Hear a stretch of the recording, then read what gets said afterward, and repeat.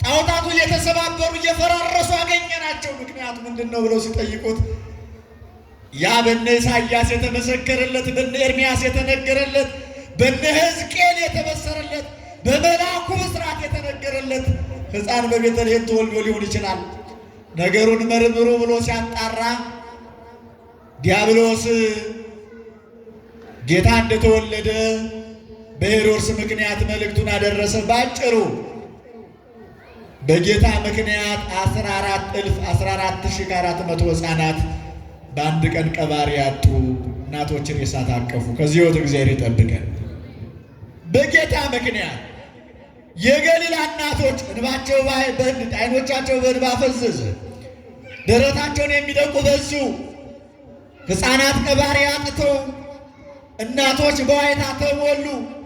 እነዚያ የግብፃውያን እናቶች በጌታ ምክንያት 2-3 ልጆችን ቀበሩ። ለምን? 2 ዓመት የሆነው ልጅ ከአንድ ሰው ቤት ነበረና ያላቸው አንድ ልጃቸውን የሌላቸው ለሌላ እያዋሱ ልብስ፣ ቀለብ፣ ወርቅ፣ ብር ለማግኘት በማር በወተት ለማሳደግ እኛ ጉጎዎች አይደለም። ገንዘብ ስናገኝ ሱልል ነው ቆምለው ወደ አንዱ ጋር አሁን የሆነ ሳንቲም እዛ ጋር ቢሰጥ እዚህ ሰው አይገኝም። ሁሉም እዛ ነው የሚሄዱ ጉጎዎች ነው። ገንዘብ ለማግኘት ብዙዎቹ ልጆቻቸውን በአንድ ቀን በጅምላ ወስደው እንደ ጌሾ አስጨፈለቁ፣ እንደ ጎመን አሳረዱ። በዚህ ምክንያት እመቤታችን አንድ ልጇን ይዛ ተሰደደች። ስትሰደድ ደግሞ ድንግል ማርያም ጌታ በጀርባዋ ሆኖ ያስቸግራል ይላል ነገር ማርያም። አስባችሁታል? መድኃኒዓለም ምን እያለ ነው የሚያስቸግራል? እነዚያን ያማሩ የወርቅ አምልማሎ የሆኑ ፀጉሮቿን እየደባበሰ ጆሮዋን እየደባበሰ እናቴ ራበኝ እኮ አብሊኝ፣ ጠማኝ እኮ አጠጪኝ አለ። ባይታውያንን የሚመግብ ማን ነው? እስኪ እየመለሳችሁን እየተነጋገርን ማን ነው የሚመግባቸው? እነዚህን ፀጉር ላባ ክንፍ ሰጥቶ የሚበሩትን አዕዋፍ ሳይመግብ ያሳድራቸው ማን ነው የሚመግባቸው? እንደው ተዉት። የሚበሩትንስ ይሁን በዚህ በድንጋይ ውስጥ በየፉርክቻው ያለችን ያችን ትንኟን ቁጫጭን ጉንዳንን እንኳን የሚመግባት ማን ነው? እስኪ ተሳስታችሁ ሳትበሉ የዋላችሁ ሰዎች እጃችሁን አሳዩ። አስባችሁ ተሳስታችሁ እንኳን የለም ሁሉም በልቷል። በማን ፈቃድ ግን ኖሮ ነው ሁላችንም የበላ ነው አይደለም። አስቡት። እኛን የሚመግበው እግዚአብሔር፣ እኛን የሚያበላ እግዚአብሔር እንኳን የሰው ልጆቹን 22ቱን ፍጥረት በዝናብ እያበቀለ በፀሐይ እያበሰለ በንፋስ እየለየ የሚመግብ መድኃኒዓለም ቁራሽ እንጀራ ተራበ።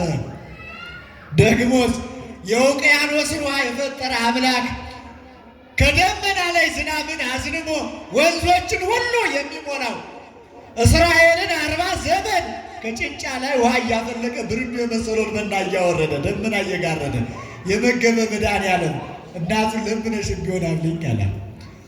አልሞት በረሃብ እናቴ ለምኝ፣ ግድ የለም ሰዎች ይሰጡሽና አንቺም ምንም እንበላለን እንጠጣለን፣ ሂጂ ለምኝ የሰው ደጃፍ ላይ ቁሚ አላት። ድንግል ማርያም ጌታን አዝላ ሰው ደጃፍ ለልመና ቆመች። እናንተ ድንግል ማርያም የለመነችበት ዓለም ነው ይሄ ዓለም። አትጸየፉ። እመቤታችን ዓለምን የሚመግበው ልጇን ይዛ ከሰው ደጃፍ ለልመና ቆመች። ለካ ለምኖ መብላት ተመስገን ነው። እናንተ ለምን አጣች ድንግል ማርያም? እባካችሁ ለልጅ አብሉት አለች። ለእኔ የሚሆን ባይኖራችሁ ቆርሳችሁ ብታጎርሱልኝ ብታጣችሁ ለልጄ ከጓዳችሁ አጨልፋችሁ ስጡት አጠጡት አለች። የቤቷ እመቤት ወይዘሮዋ ወጣችና እመቤታችንን አየቻት። አዎ አየቻት፣ ተመለከተቻት። ስታያት ደመግቡ ናት እመቤታችን። ውጭዋ ብቻ ሳይሆን ውስጧም ያማረ ነበር፣ የተዋበ ነበር። ንጉሥ ደም ግባትሽን ወደደ ማለት በጎ ስነ ምግባርሽን። የዛሬዎቹ እናቶቻችን ጥሩ ደም ግባት ይኖራቸዋል፣ ጥሩ ሰብእና ግን አይኖራቸውም። እኛን ወልደው ያሳደጉ እናቶች እናንተን ጨምሮ በተለያየ ቅባት አምራችሁ ተውባችሁ ለብሳችሁ ደምቃችሁ ልትወጡ ትችላላችሁ። ውስጣችሁ ግን የጠቆረ ሊሆን ይችላል። ድንግል ማርያም ግን አካሏም ውስጧም ሀሳቧም ምኞቷም ሁሉ ነገሯ ያማረ የተስተካከለ እመቤት ናት። ከየት ሀገር መጣሽ አለቻት ውበቷን አድንቃ።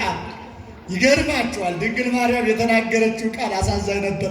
ፈላሲት አነ እምድረ ይሁዳ አለ።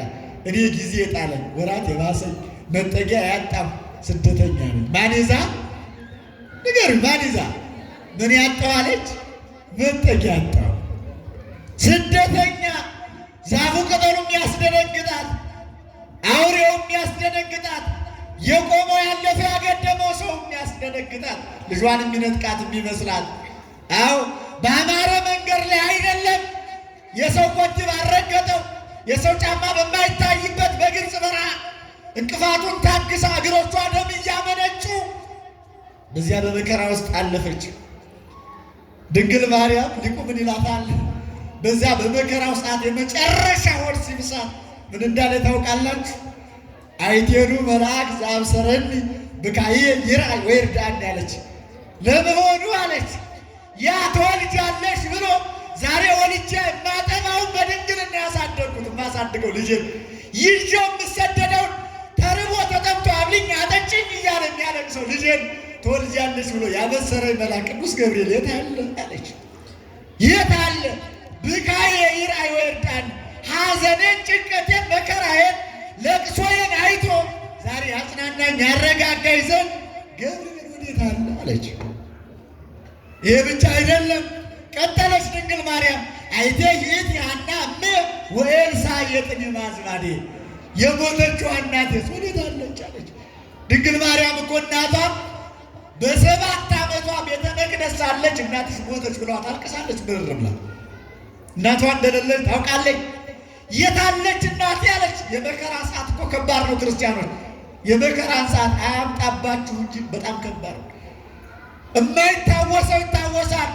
እናቷ በሕይወት እንደሌለች እያወቀች ምን አለች? የታለች እናቴ ብትኖር ታጽናናኛለች። እናቴ ሳትኖር ከዘመዶቼ ወገን የምትሆን አክስቴ ኤልሳቤጥስ የታለች? ለምን ከጎኔ አታለቅስልኝ? እዚህ ስቃይ ውስጥ የተንገላታች እያነባች እያለቀሰች ጉዞዋን ቀጠለች። የማን ቀበጤና ነሽ አለቻት። ድንግል ማርያም ቀበጤና ናት? ሰው እኮ ክፉ ነው ምዕመናን። ማጣቱም ያልፋል፣ ማግኘቱም ያልፋል፣ ተረኝነቱም ዘረኝነቱም ያልፋል፣ መሾሙም መሻሩም ያልፋል፣ በደዌ መጠቃቱ በጤና መመራቱም ያልፋል። ክፉ ንግግር ግን አያልፍም። ምዕመናን ሰው ቀን ገጠመን ብላችሁ ክፉ ንግግር አትናገሩ። የማን ቀበጤና ነሽ? በቅብጥናሽ በቅብጠትሽ ትዳርሽን የፈተሽ ባለቤትሽን የገፋሽ ትሆኛለሽ። ውጪ ብለው አስወጧት፣ በር መለሱባት፣ ገፍትረው አስወጧት። ድንግል ማርያም የተገፋችበት ዓለም ለእኛ ለክርስቲያኖች ሰላም ይሰጠናል ብላችሁ ተጠብቃላችሁ? እናቱን የገፋች ዓለም እኮ ናት ይህች ዓለም።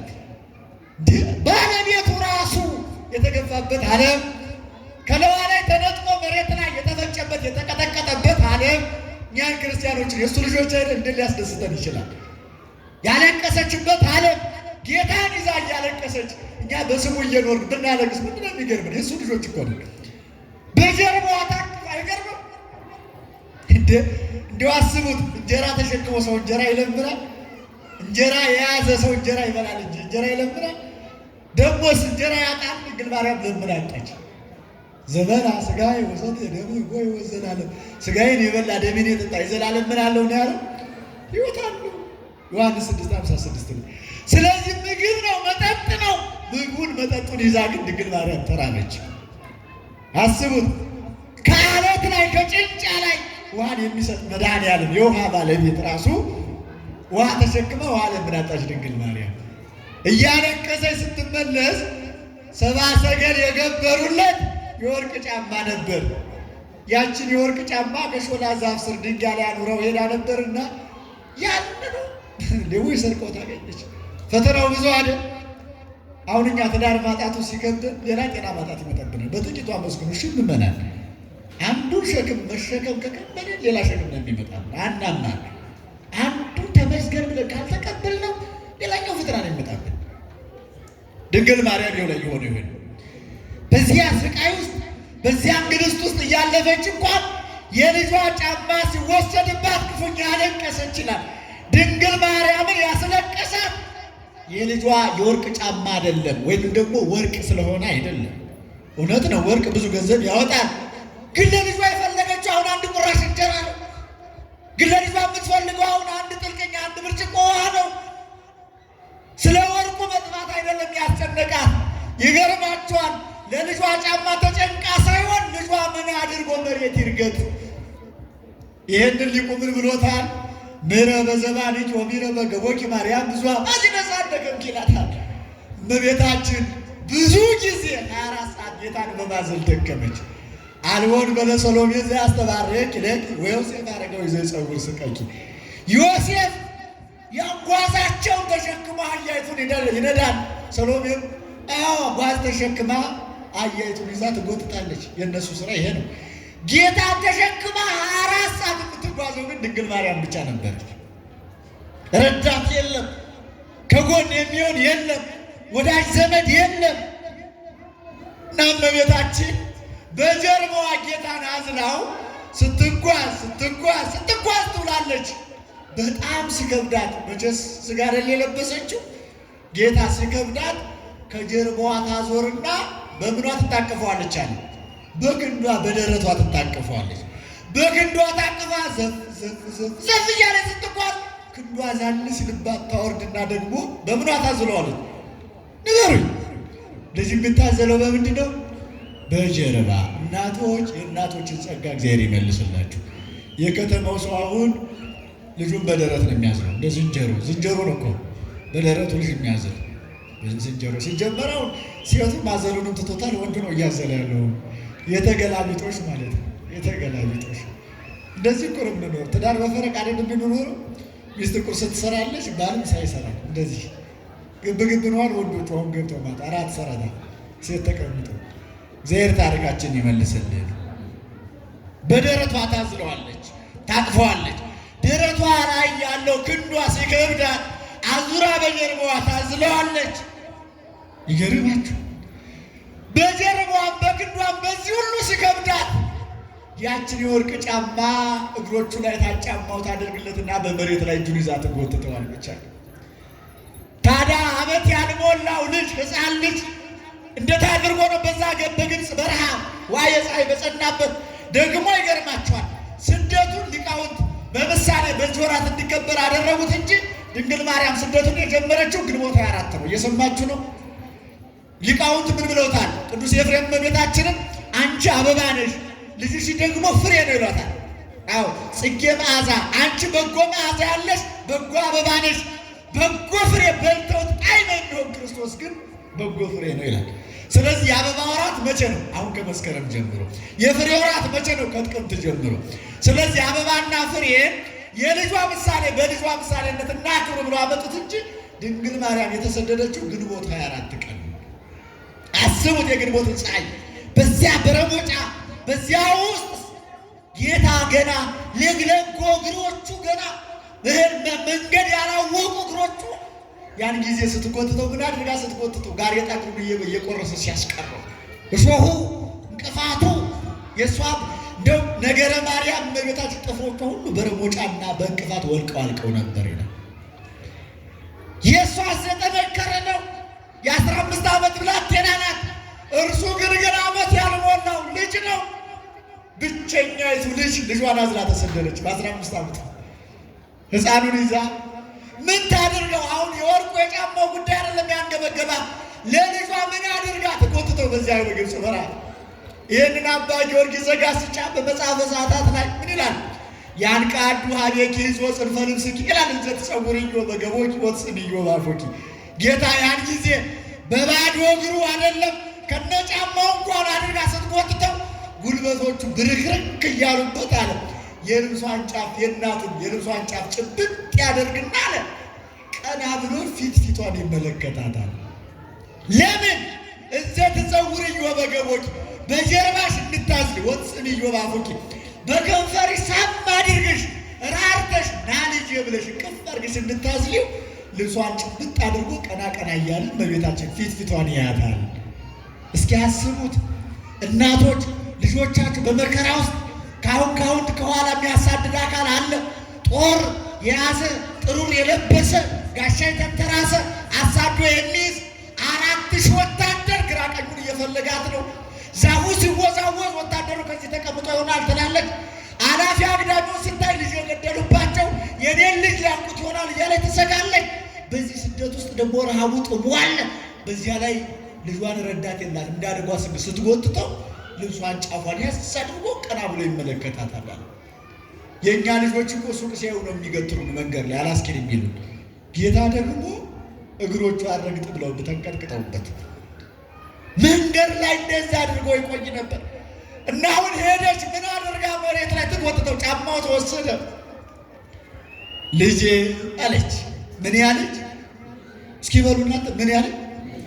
ሄጄም ላላገኝ ረሃብህን ጽምህን ላላስጠግስልህ የወርቅ ጫማህን የምታደርጋት ጫማህን ላስወስድብህ ብላ እመቤታችን አይኖቹ ከአይኖቹ ላይ ፊቷ ከፊቷ ላይ ትኩር ብላ ቅፍ አድርጋ እያየችው ምርር ብላ ለቀሰች።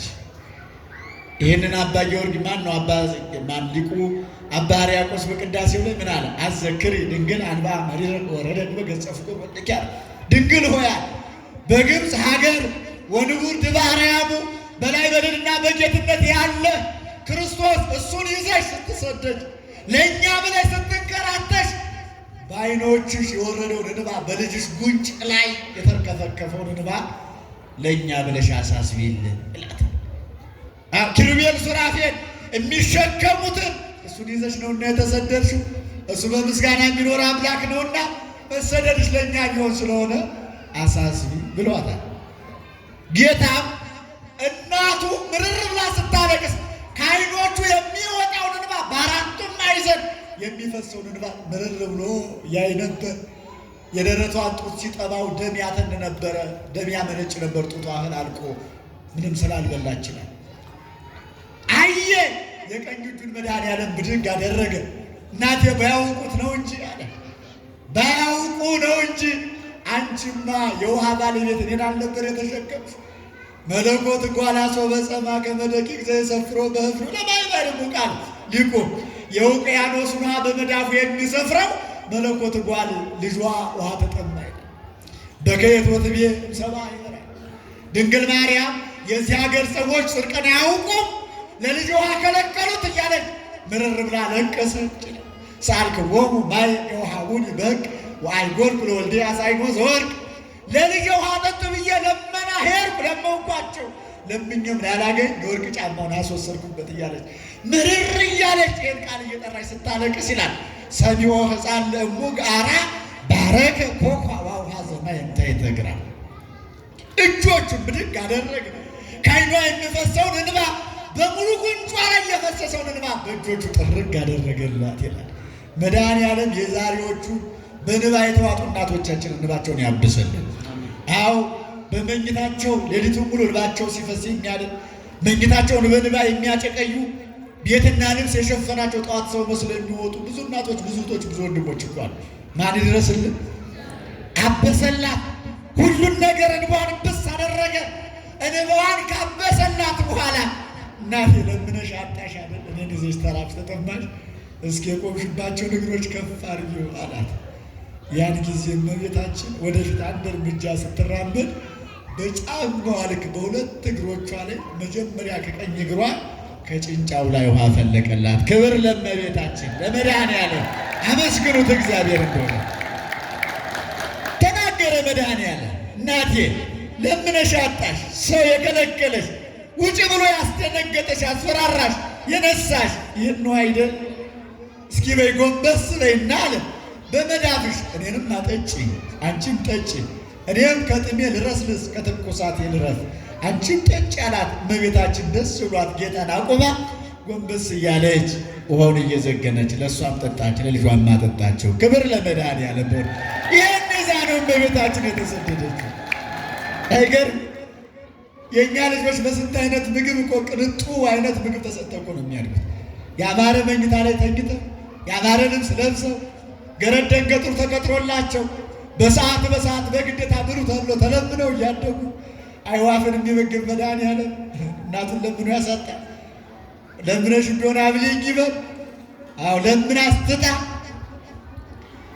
ከዚያ በኋላ ገረማት። ደነቃት።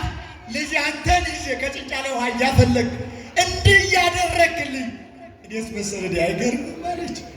ጌታ ክፋታቸውን አየና ምን አላት? አዎ የዚህ ሀገር ሰዎች ክፉ ናቸውና አለ ለየቲማ ያምረራ ወደ ሩቃን ፈውሰ ወጥን ተገብራ እንደ አንቺ አይነት እንግዶች ስደተኞች መንገድ የጠፋቸው ቦታ የሳቱ ወገን የተለያቸው አጥተው የተሰደዱ ተርበው የተሰደዱ በአንድም በሌላ ምክንያት በስደት ላይ ያሉ ወገኖችሽ ይችን ውሃ ቢጠጧት ማርና ወተት ትሆንላቸው። አትጉደልም፣ አትትረፍም፣ አትደርቅም፣ አትነጥፍም። እስከ ዕለተ ምጽአት እንደዚህ ሆና ትኑር። ውሃ የከለከሉሽ የዚህ ሀገር የግብፅ ሰዎች ግን መጥተው ቢጠጧችሁ ማርና ወተት መሆኗን ትታ ኮሶ እሬት ትሆንባችሁ ብሎ ጌታ ቃል ተነገረ። በዚህ ምክንያት ግብፃውያን ሁሉ ዛሬም ያቺ በግብፅ ያቺ ውሃ አለች፣ አትሞላም፣ አትፈስም፣ እንደዚያው ትኖራለች። ግብፃውያን ሲጠጧት ኮሶ እሬት ናት። እንግዶች ስደተኞች ቢጠጧት ከኢትዮጵያ ለመጎብኘት የሄዱ ሰዎች ሲጠጧት ግን ማርና ወተት ናት። አንድ እግሯ ማር ነው፣ አንድ እግሯ ላይ የፈለቀ ወተት ነው። እንዲህ ሆና ትኖራለች። ልብ በሉ ምዕመናን፣ እውነት የኛ ክፋት መራራ እሬት ዘረኝነትን የወለደብን የኛ ክፋት ነው። መርዶ መስማትን፣ ቀባሪ ማጣትን፣ አዎ የሰው ልጅ መገፋፋትን፣ ሰውን ሰው መፍራትን፣ ሰውን ሰው ማሳደድን፣ ይህን መራራ ነገር የወለደብን የኛ ክፋት ነው። የኛ የኃጢአት ውጤት የኃጢአት ደሞዝ የኃጢአት የኛ ውጤታችን ይሁን። እንደዛ እንዳይሆንብን መድኃኒዓለም ይርዳል። ክፋት የሚወልደው ይሄን ነው።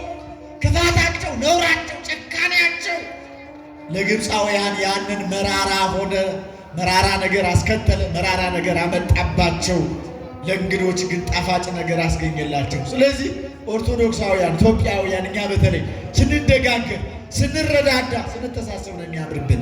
ዛሬም በእኛ ዘመን ድንግል ማርያም ልጇን ይዛ ባትመጣም በእንግዶች ምክንያት መጣለች። በተራቡት መጣለች። 3-4 ልጅ በእጅ ግራ በቀኝ አክተልትለው አባዬ ለልጄ ዳቦ ግዛል የሚሉ በዝተዋል እኮ። እመቤታችንን ካሰብን እሷን ማሰብ ነው። እርጥብ አራስ የሆነችው እመቤት መንገድ ላይ አራስ እየሸተተች ከእኛ ፍርፋሪ እየጠበቀች ቁራሽ ድቃቂ ሳንቲም እየለመነች። ስለዚህ እነዚያን እናስባቸው። ስደተኛዋን እመቤት በዚህ ምክንያት እናስባት። በዚህ ምክንያት ጌታ እናቱና እሱ ራሱ እንዲህ አድርጎ ተሰደደ። ኢየሱስ ነው ተስፋው ለስዱዳ የስደተኞች ተስፋቸው መጠጊያቸው ኢየሱስ ተሰደደ። የተሰደደው ክርስቶስ ግን ለእኛ መጠጊያችን ነው። እስከ ዘላለሙ መጠጊያ ይሁነን፣ ይቆየን።